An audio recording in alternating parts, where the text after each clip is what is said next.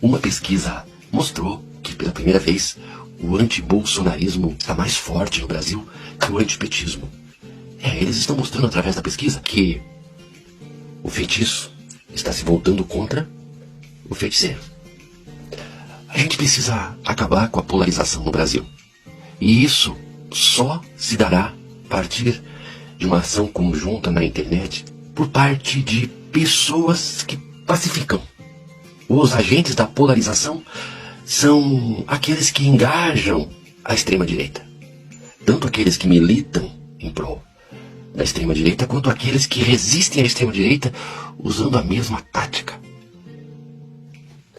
A extrema-direita precisa da polarização para manter as pessoas sob controle. Eles precisam de um inimigo. Por isso que o inimigo deles, que é colocado como alvo das pessoas que por eles são controladas, de acordo com a necessidade deles, no sentido de manter as pessoas subjugadas aos interesses deles. Tudo começou com o antipetismo. E a tática fascista do anti alguma coisa, ela sempre desumaniza este outro. Tira-lhe o nome, tira-lhe o sentido, reveste essa pessoa de um significante, e este significante tira desta pessoa a humanidade dela, tornando ela um alvo muito fácil a ser destruído. Vamos pegar o exemplo aqui do presidente Lula. Entre eles, não é Lula, é molusco, é nove-dedo, é ladrão. Eles se referem ao presidente Lula não como uma pessoa. Foi exatamente isso que o nazifascismo fez na Alemanha. Circulava entre os trabalhadores, entre os alemães, as caricaturas dos judeus sendo ridicularizados. É uma propaganda que desumaniza o outro, ridiculariza o outro, culpabiliza o outro, responsabiliza o outro por tudo de ruim que acontece. E este outro, desumanizado e imantado dessa culpabilidade, aquele por meio de quem coisas ruins acontecem. Aí, o caminho entre estas verdades que vão se fixando na cabeça das pessoas a partir da insistência daquele mesmo assunto, acusando aquela mesma pessoa daquela mesma coisa, associada a crenças religiosas de causa e efeito, que isso acontece por causa disso, que este, que é o ladrão, é também anticristão. Ele é da religião que faz bruxarias. Desperta nessas pessoas assustadas, medrosas, um sentimento medieval. E por meio deste medo, um futuro totalmente incerto na cabeça destes, junto à necessidade de se fazer cumprir a vontade de Deus, você também mobiliza nessas pessoas um instinto primitivo e religioso de eliminar aquele que provoca a ira de Deus sobre todos. E tudo isso foi utilizado aqui no Brasil. Olha as palavras que eles usam. Partido das Trevas. O câncer do Brasil. O Bananinha foi impedido de fazer o seu discurso contra o judiciário brasileiro lá no Congresso norte-americano. Ele foi lá com toda aquela patota para fazer um discurso perseguindo a justiça brasileira. E eles disseram: aqui não. E o Eduardo Bananinha disse que é a esquerda norte-americana. Isso de não deixarem ele discursar lá, falando mal da instituição aqui. Porque agora o inimigo não é mais o PT. Agora o inimigo é o judiciário. E se as forças armadas ficarem contra eles, o problema é que o comunismo já chegou nas forças armadas. O comunismo foi uma grande tática usada pelo imperialismo norte-americano para fazer valer os desejos e as vontades do sonho da liberdade, da democracia, no mundo por força de armas.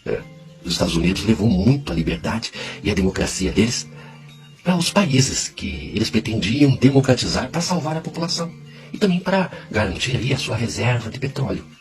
Sempre onde tinha petróleo, lá estavam eles levando a democracia deles a estes pobres povos que viviam ditaduras. Só que as pessoas que aderem a eles por medo do comunismo nunca sequer souberam, leram ou aprenderam qualquer coisa que fosse a respeito do que significa comunismo.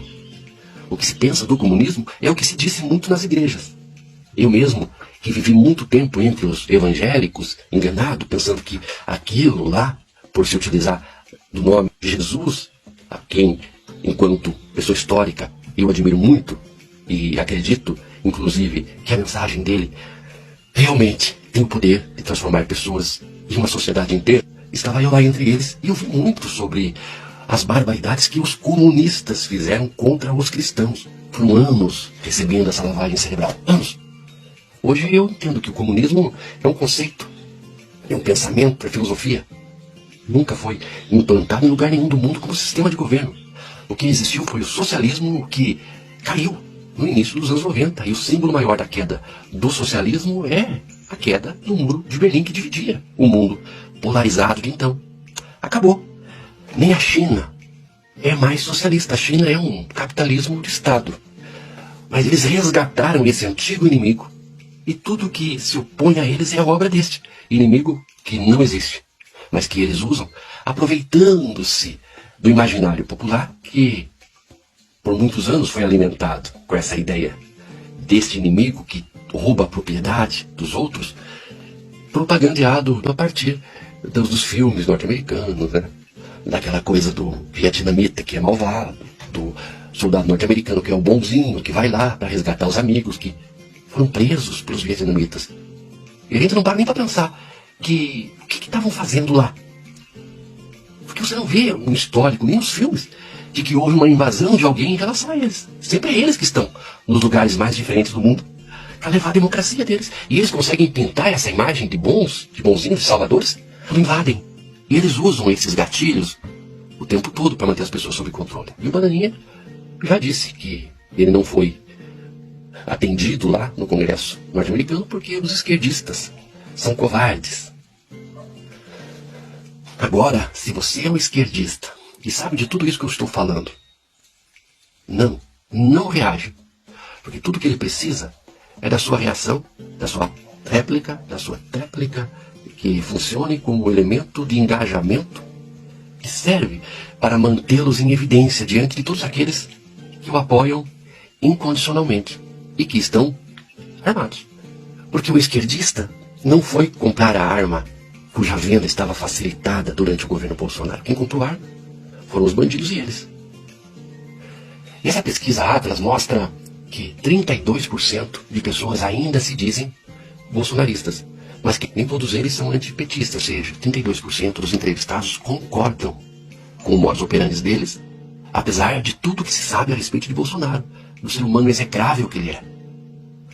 Então, combatê-lo nesse jogo dele, de igual para igual, ódio com ódio, olho por olho, não vai resolver o problema dos 32% que apoiam ele, apesar dele ser quem ele é. Não. Mas isso de confrontá-los no campo deles, no campo da violência, que é o discurso do inimigo a ser destruído, só fortalece o movimento da extrema-direita que precisa de um inimigo. E nós não somos inimigos, nós não temos inimigos, porque entendemos que aqueles que apoiam a eles fazem isso porque estão condicionados, porque estão atendendo a comandos deles, que por muito tempo trabalharam essa coisa do medo, do terror, da ameaça. Perseguição à fé, aos valores, à família. Tudo isso está, ainda que as pessoas estejam vendo que não é verdade, mas a mente condicionada ainda responde aos comandos deles. Por isso que quando eles me veem aqui falando, eles ficam perplexos e pensam que não pode. Um cara que tem este estereótipo e que é evidente nos olhos. Eu falo bem de pertinho porque eu quero essa relação com vocês, de próxima.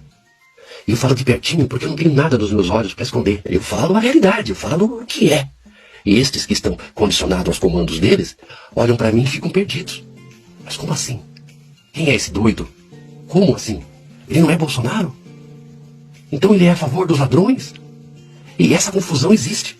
Mas eu vou, pouco a pouco, quebrando essa resistência e essa força deles, que se ampara neste inimigo, que eles colocam para o povo como sendo os causadores de todas as mazelas da sociedade.